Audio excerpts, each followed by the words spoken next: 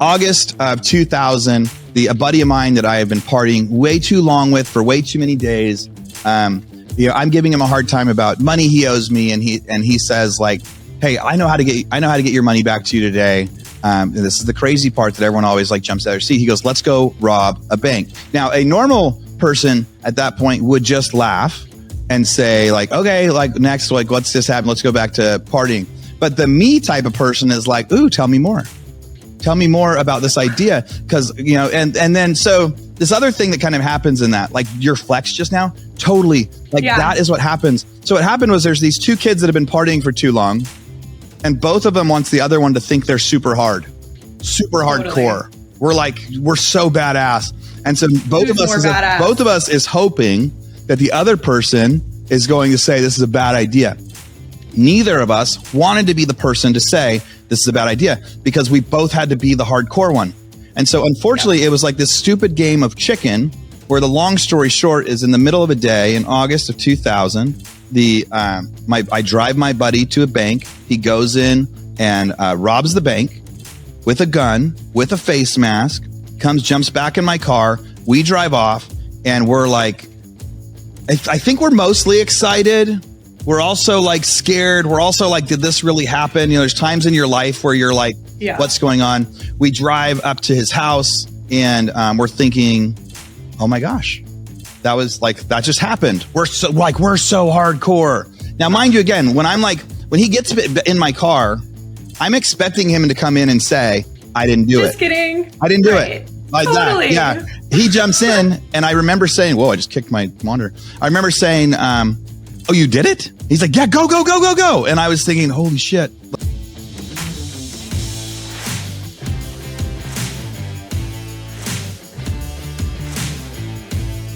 So the question is this: how do most agents find the secrets to succeed in today's competitive real estate market, especially when the top agents are keeping those secrets to themselves?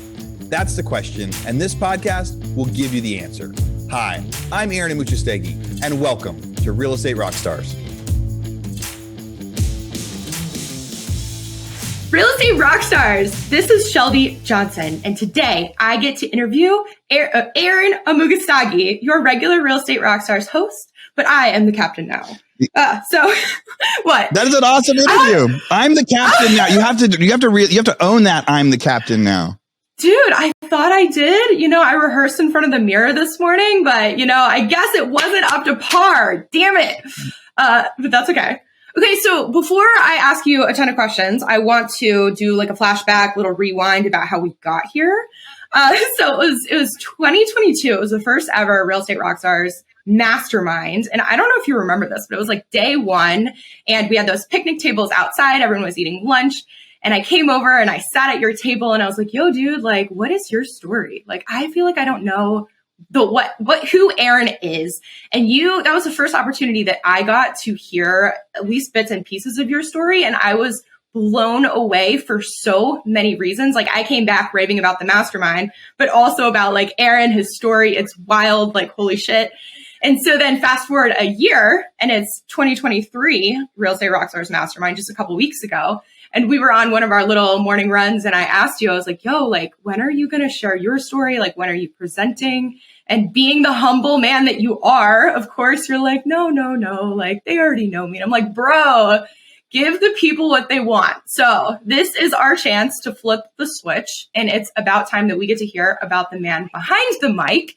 So if you haven't heard this story yet, brace yourself because it is a total wild ride. Aaron, are you as pumped as I am? Dude, I just got chills, Shelby. You're just such a natural already. Oh my God. It is so much fun. And from you and I, like the trust I get to have in you for this, part of that is also based in this crazy friendship and like the, deep family friendship that we've built that we call our little family. That like did our Ironman together and everything else that started with a podcast interview. And so it's really wild that a podcast interview can turn into these other things. And now you're one of my like deepest, closest friends out there. I would not trust just handing the reins to somebody. And for listeners, before she started, she said, hey, are there any rules right now in this? And I said, there's no rules. You're the host. Let's go. So she said, let's flip the script. I want to interview you instead. And here we are. And it actually blew my mind. I kept waiting for like you to be like, hey, do you want to talk about how to do this? Hey, do you want to like touch base on what hosting was like? And nope, we are just sending it. Yeah. You're in the middle of it. You're thrown right into the fire and you're crushing. Perfect. Okay. So I really want to start at the very beginning. Like I want to know about, growing up, your family, what your early life looked like, and then move into college days, into the real estate roller coaster, and then where we are now. So that's kind of like the flow of what I'm thinking. Okay. So how does that sound to you? That is a deep story. I mean, you're going to have to stop me a bunch of times along the way and ask me questions because as that rolls through, all of a sudden we'll be 20 minutes down the line. You'll be like, all right, that wasn't what I was looking for. Let's cut this part out. Yeah. I'll be like, stop. Yeah. No, just kidding. But yeah, that's what I want to know. So growing up, what did that look like? Yeah. Growing up, I grew up in not very many people. Nobody's really asked me that on a podcast. So I grew up in a small town in Southern Oregon. I went to preschool with like 25 people. When I graduated from high school, I graduated with like 150, but like 25 of them were the ones from my preschool class, right? I never had to learn how to meet anyone in life. I didn't have to like learn how to like go make friends because when you're like 5, you're fearless, you meet people. And then I never had to like meet people again, or every time I did, I already had this basis of like friend of friends and things like that. It was amazing in one sense. The problem with that was I didn't learn many social skills. I didn't realize I didn't need to learn any social skills because when you grew up in a small town and everybody knew you, and my mom was the superintendent of the city schools, and my dad was a really big custom builder and home builder, like he would build the hospital and things like that. So there was our name was all over around there. So it always felt like somebody knew me, which again, there's so many pros and cons of that. Like, so the pro of everybody knowing you is socially, you don't have to learn how to meet people. But the con of that is you're held to like these different standards where people make assumptions about you as soon as they meet you, right? And it's going to be based on who your older sister is, who your younger siblings are, who your parents are. I can't remember how many times in my life somebody mentioned, oh, because of your mom, I know this, or because of your dad, I know this about you. And just trying to sometimes live up to it and sometimes break that chain and be like, people don't know me. I want people to know me for me. I also grew up in the 80s. I hate aging myself, but I grew up in the 80s. And one of the things that I experienced through that time forms a lot of like my real estate basis, my life basis, some of the beliefs that I've got out there. There's a really good book by Morgan House that was like I'm going to think about it before the podcast is over. But in the middle of his story, it really talks about based on when you were born changes so much of your experience of life. Like people that were born in certain years love investing in stocks because of what they experienced, in their first 10 years of their life or what they saw their parents. People that are born in other time periods like 90 to 2000 are going to have some much different beliefs on stock markets and things like that based on what their parents went through. So much of our habits are formed like what happens between we're like 1 and 10. Our beliefs on the world, our investing beliefs on the world happen during that. His book's called The Psychology of Money.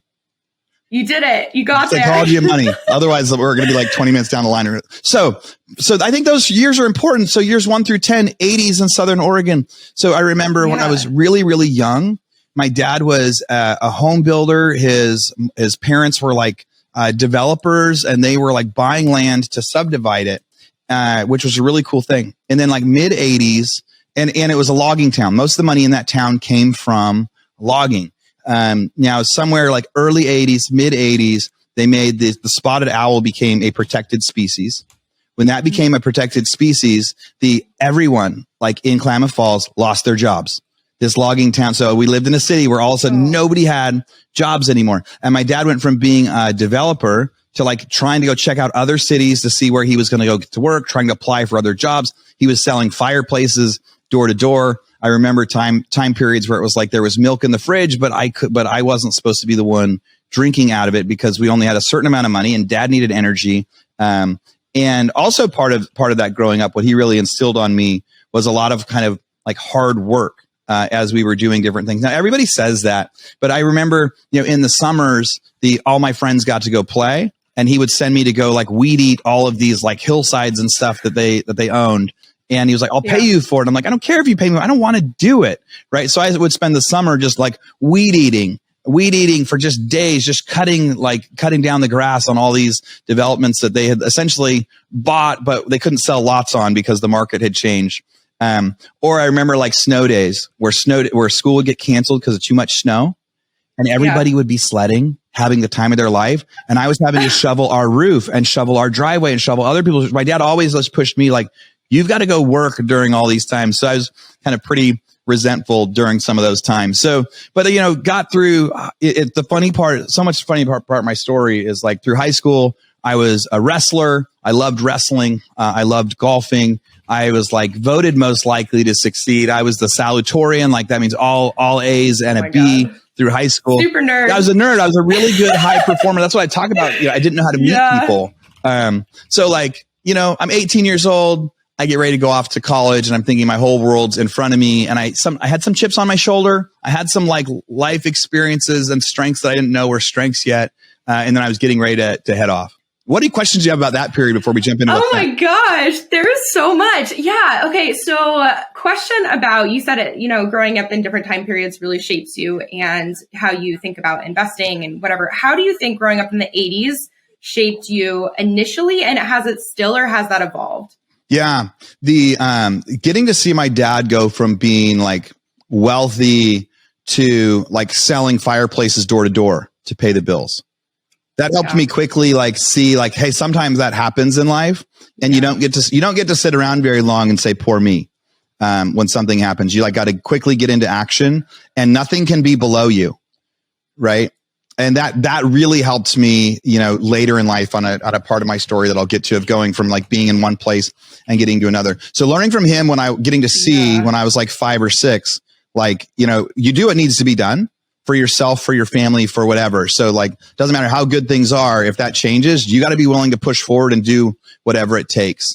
And then the investment side, like the other side of what I remember back then too, was the 80s and super high interest rates that really where, the Fed intentionally needed to stop inflation. So they raised rates so high that it put a whole bunch of developers out of business. And when I get to talk about some of my mentors that were around back then, they say, hey, it was great for the economy and it was great for the people, but it was really bad for like developers and property owners and things like that. So I think that makes me a little bit leery and a little bit more of a glass half empty guy right now, because I'm seeing some similarities from back then. But and people talk about too, like I guess everybody grew up at times when we didn't have phones and we didn't have other things. But I just think more of the, back then parenting was still like pushing that, do lots of hard work, and then getting to experience a time in life where there's a lot of time in the 80s where most people just weren't financially well off. It wasn't Depression era by any means, but there was like long periods of time where people in general were like really struggling to find themselves.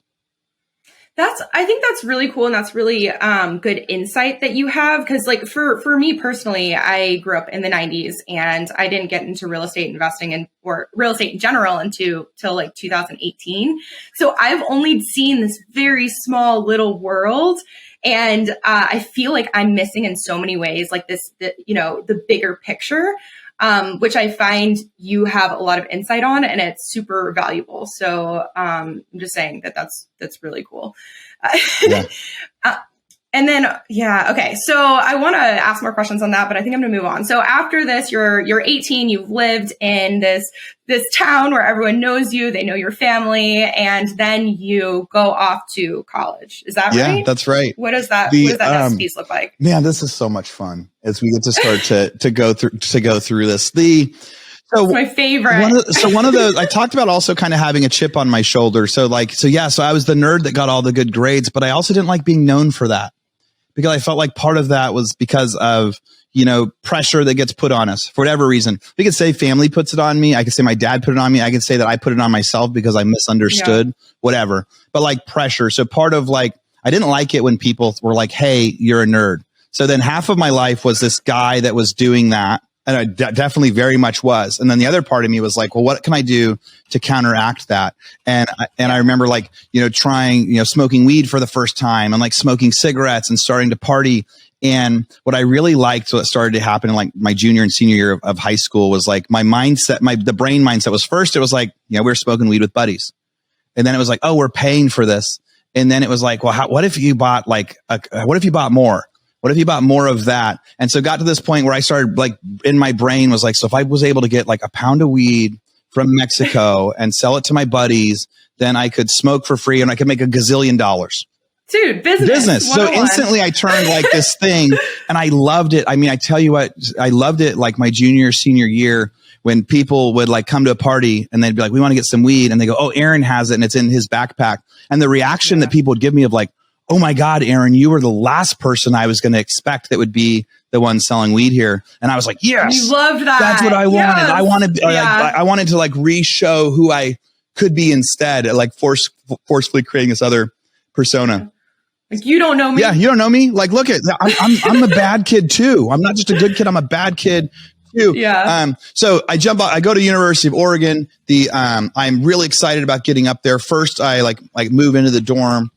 Pretty soon after that, I move into a fraternity house and I'm kind of doing that same thing where I'm getting to show like who my friends are, what makes me different. Hey, being the guy that's willing to buy lots of weed to sell weed. Because the other thing that comes with like being a selling weed, right, is that like these friendships, I'll put in quotes, right? People that really pay attention to you, that like want to be your friend, that like all of a sudden you're like instantly cool because I liked that. I liked being kind of instantly cool. That made it easier for me to meet people. Because again, I wasn't good at meeting people. So part of what I really struggled with at University of Oregon was even like going and introducing myself to somebody new.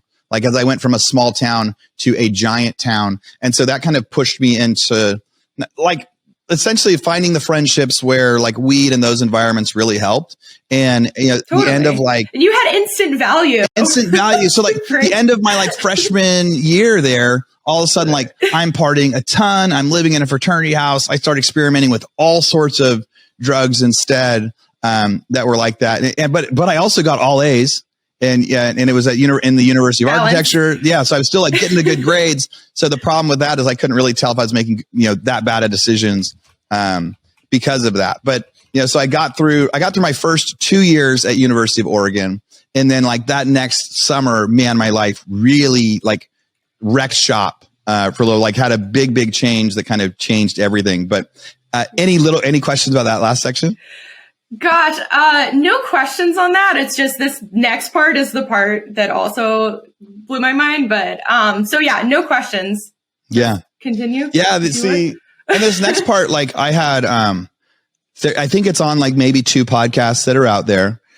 For a long time, I had trouble sharing the story with anybody and really wanted it to be secret. I wanted to make sure nobody knew this next chapter of my life because it created a lot of challenges for a while. But like anything in life, like the challenge gets to happen, for a while it happens to you and eventually it happens for you. And now it can be something that it's kind of like when I was, shoveling snow and I was just hating my dad for it. And when I was weed eating hillsides and I was just hating my dad for it. And then sometime in my 30s, I was like, oh my God, I'm successful because my dad made me shovel snow and weed eat. And it really was that simple. And it's because he sold fireplaces in front of me when he went from making hundreds of thousands of dollars to nothing. And so I can go like, oh, so totally. And so the next part. So you go from you're a kid that struggles meeting people, doesn't really have much life experience. The pro and the con of growing up, where you live, small town, good grade type stuff, and somewhere near so during summer of my like sophomore year of college. I'm just starting to get into some really bad stuff. I'm starting to get into some really bad drugs, really bad partying, same stuff that's happening before. And I would justify it by going, hey, I'm paying for my college tuition. I'm on my own. It's also like fun and I'm smarter than everybody and all sorts of other things. And like the quickest long story short. So one day, like this is August 2000. 23 years ago. This actually came up in a loan deal I was working on about a year ago. No way. Yeah. So it still comes up every once in a while. So August of 2000, a buddy of mine that I have been partying way too long with for way too many days.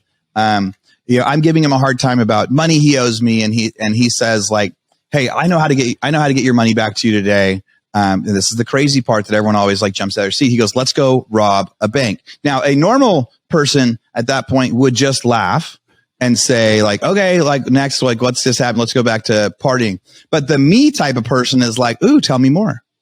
Tell me more about this idea. Cause and then, so this other thing that kind of happens in that, like your flex just now, totally that is what happens. So what happened was there's these two kids that have been partying for too long, and both of them wants the other one to think they're super hardcore. We're so badass. And so both of us is hoping that the other person is going to say, this is a bad idea. Neither of us wanted to be the person to say this is a bad idea, because we both had to be the hardcore one. And so unfortunately, it was like this stupid game of chicken, where the long story short is, in the middle of a day in August of 2000, I drive my buddy to a bank. He goes in and robs the bank with a gun, with a face mask, jumps back in my car. We drive off, and we're like, I think we're mostly excited. We're also like scared. We're also like, did this really happen? There's times in your life where you're like, what's going on? We drive up to his house, and we're thinking, oh my gosh, that just happened. We're so hardcore. Now, mind you, again, when he gets in my car, I'm expecting him to come in and say, I didn't do it. Just kidding. I didn't do it. Like totally. that. Yeah. He jumps in, and I remember saying, whoa, I just kicked my monitor. I remember saying, oh, you did it? He's like, yeah, go. And I was thinking, holy shit. Like, so there's so many emotions as I'm telling the story right now. It's bringing me back to all these different levels of like trying to figure out what the real feeling was. I don't really know what the real feeling was. Yeah. But pretty quickly afterward, by the next day, it started turning to this like fear.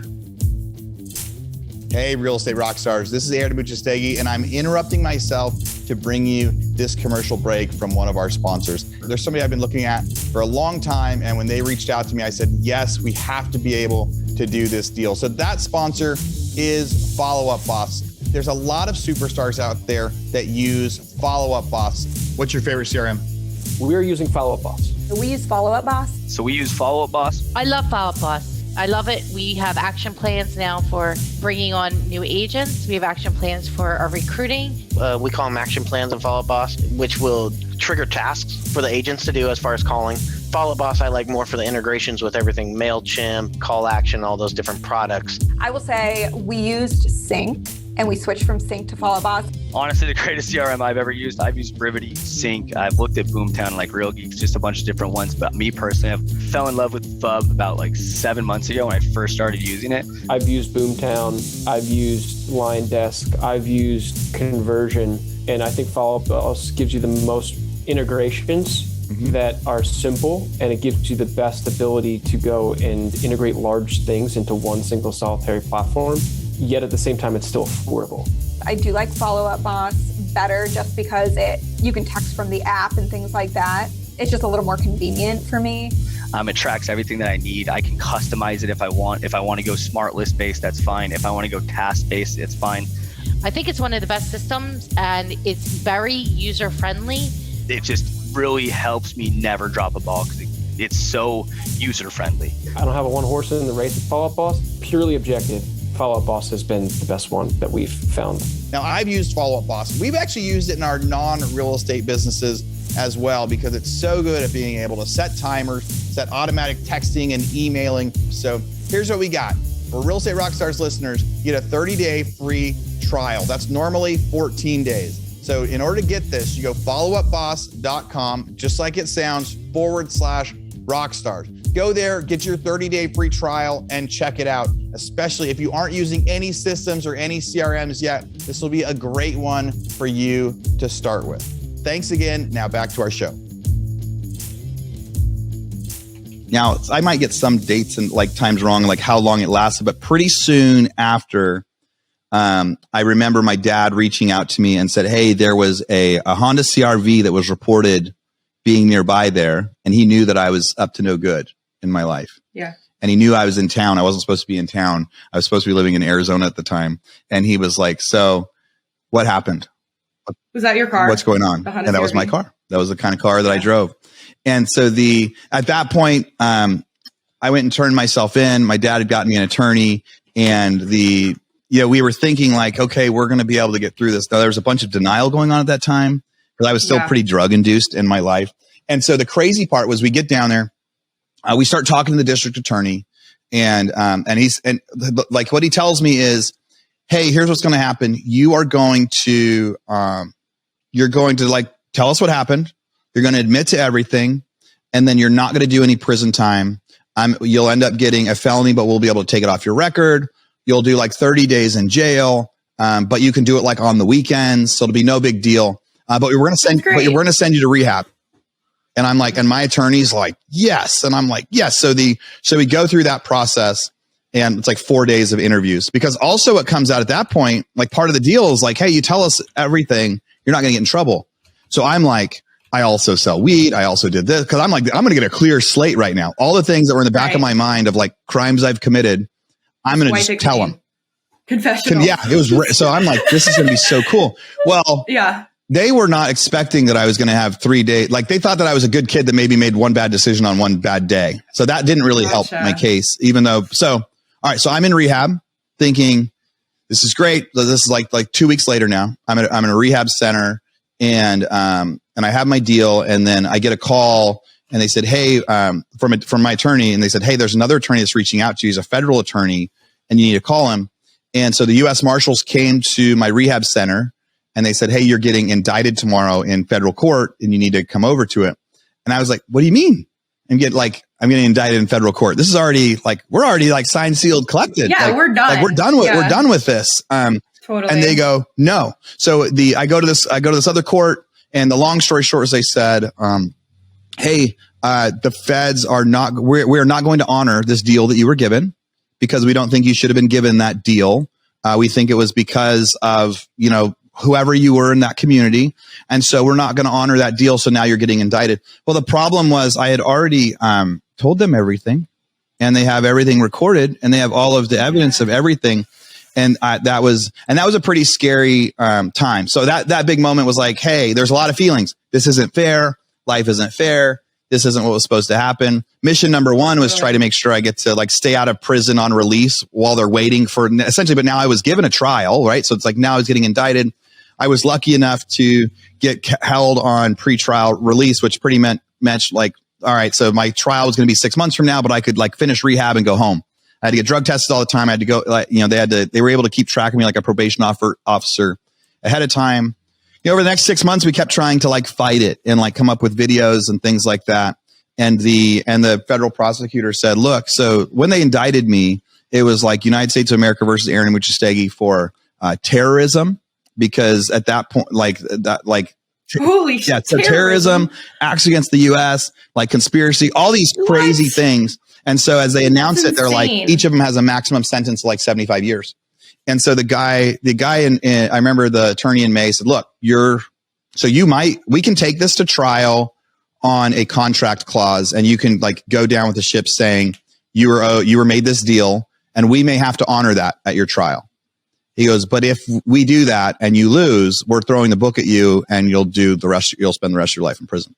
Or you plead guilty to this, even though you've already admitted to that. And, essentially you'll go to prison for a couple years. And I said, and that was actually really tough for me, because I still was like wanting to stick to my guns of going, that's not fair. Yeah. Now, that's not fair isn't really true. Like I obviously made some really fucking big mistakes. And so so me wanting to be like, that's not fair. Like you guys lied to me, all that stuff, wanting to like place a whole lot of blame. I had to finally, over that next couple of years, come to some like self-acceptance of some of that stuff. But I ended up saying, okay, I would rather, be done with this in a couple of years, have it be behind me, have a fresh slate. Sure thing. So I plead guilty. I say, okay. There was a chance that maybe I was going to be able to get some lower sentencing.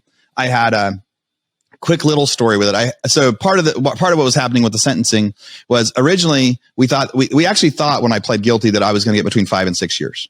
Now there's these ways in the federal system where you can get some reductions, and there were a lot of little reductions that we were trying to argue. Yeah. And one was like, hey, this isn't like Aaron's normal behavior. It was like a one-time act. We had like people that worked at the bank write letters for me, because during that year that I was out waiting for my sentencing, I had like become a really good kid after all. Like I had I'd cleaned up. I'd started to help people in the community. There was one night in particular, we were driving home from bowling, and it was midnight, and there was a guy on the side of the road in a van. It was with one leg trying to like push his van forward. And we're like, that is so weird. I pull over with a buddy, His name's Josh. And Josh actually died the following year, which was like crazy story that almost, so anyway, I'm there with Josh. We help the guy out. We go, hey, do you need help? He goes, I'm having a heart attack. We're like, oh my gosh, put the guy in our car, veteran with one leg. Yeah. We rush up to the hospital. We get him in a wheelchair. We wheel him in. They say, okay, we have it from here. We say, good luck. I drive home. We don't think anything of it. We're thinking, okay, this is, and I'm telling somebody the story like 2 weeks later. Hey, craziest thing happened to me and Josh the other night when we were bowling, and this happened. And this guy named Jim Yaney goes, I've heard this story before. And a friend of mine is who that was. He was telling me that story. Would you like to talk to him? And so I went and met with the guy. He's like, you saved my life. He ends up writing letters to the judge too. That was like, look, like 2 weeks ago, Aaron saved my life when hundreds of cars passed us by. He got me to the hospital right on time. I would have died. Like, Aaron's a good person. So the little things like that really helped. That got it down to a 2-year sentence. But at this time, I'm still scrawny little white kid from Oregon that's never seen anything really in the world yet, and getting sent to a prison in Southern California was a pretty wild awakening. Dude, yeah, what a freaking, that is an insane roller coaster already. And I just want to say, first of all, like, thank you for sharing that, because I know it can't be easy. And even though, you've gotten a little more comfortable with it as the years go by, like, bringing all that back and just, it's hard because all of us were kids once, and there's so many people who had probably very similar experiences than yours, but didn't end up in prison. So, like, very relatable and very, very cool to see how far you've come in life. And also the type of person that you talked about helping the guy with the one leg and who had the heart. That's the person I know.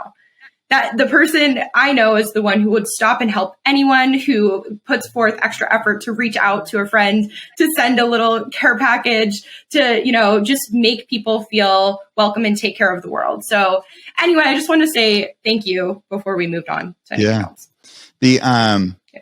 I appreciate that. That's funny in life. All of us, we can get like judged by our weakest moments, right? We can do some amazing, amazing things, and we do one wrong thing and it can go really far. Totally. And that's life. And people should like really think about that, like as they're making decisions, because you see these people that are like famous coaches and famous people, like the whole cancel culture and things like that. And some of it's justified, some of it's not, but it's really easy to make a bad decision, and a bad decision that can last a long time, and again, it turned out being good for me.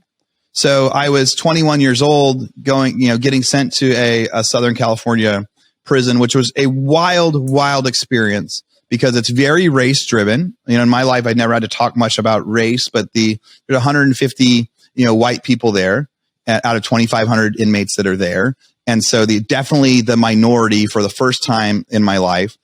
They're really intense politics and all sorts of wild things there. But I had some really like good experiences that happened there.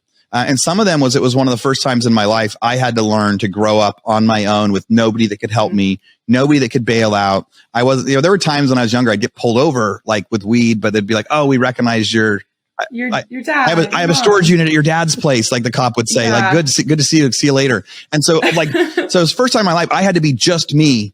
I couldn't be propped up. I had to learn to meet people. I had to learn to be who I was. Right. I met some lifelong friends when I was there. I got to learn all sorts about politics. But one of the biggest things it did to me, I remember sitting in there like at 21, that like first Christmas when I was 21 years old, just really going like, whoa, this should be like an amazing time in my life.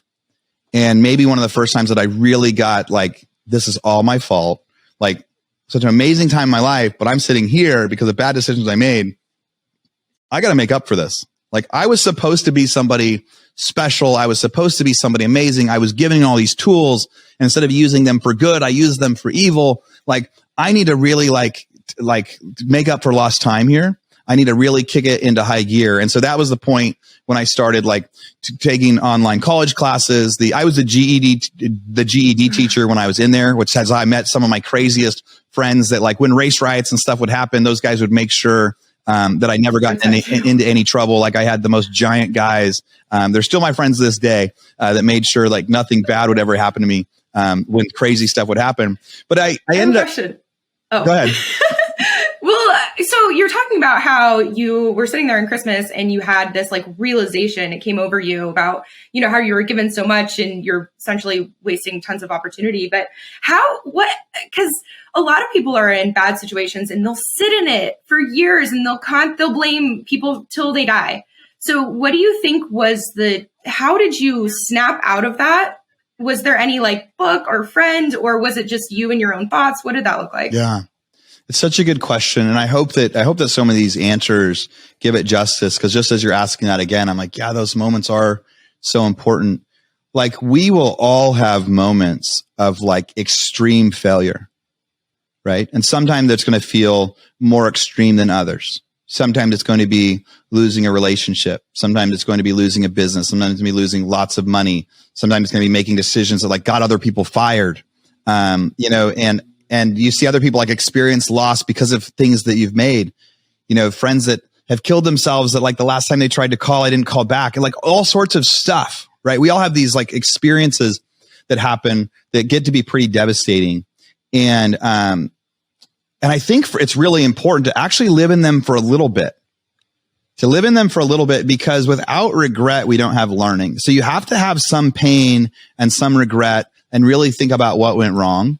And you have to go through those moments of going, man, if I get a second chance, I will do this, this, and this differently.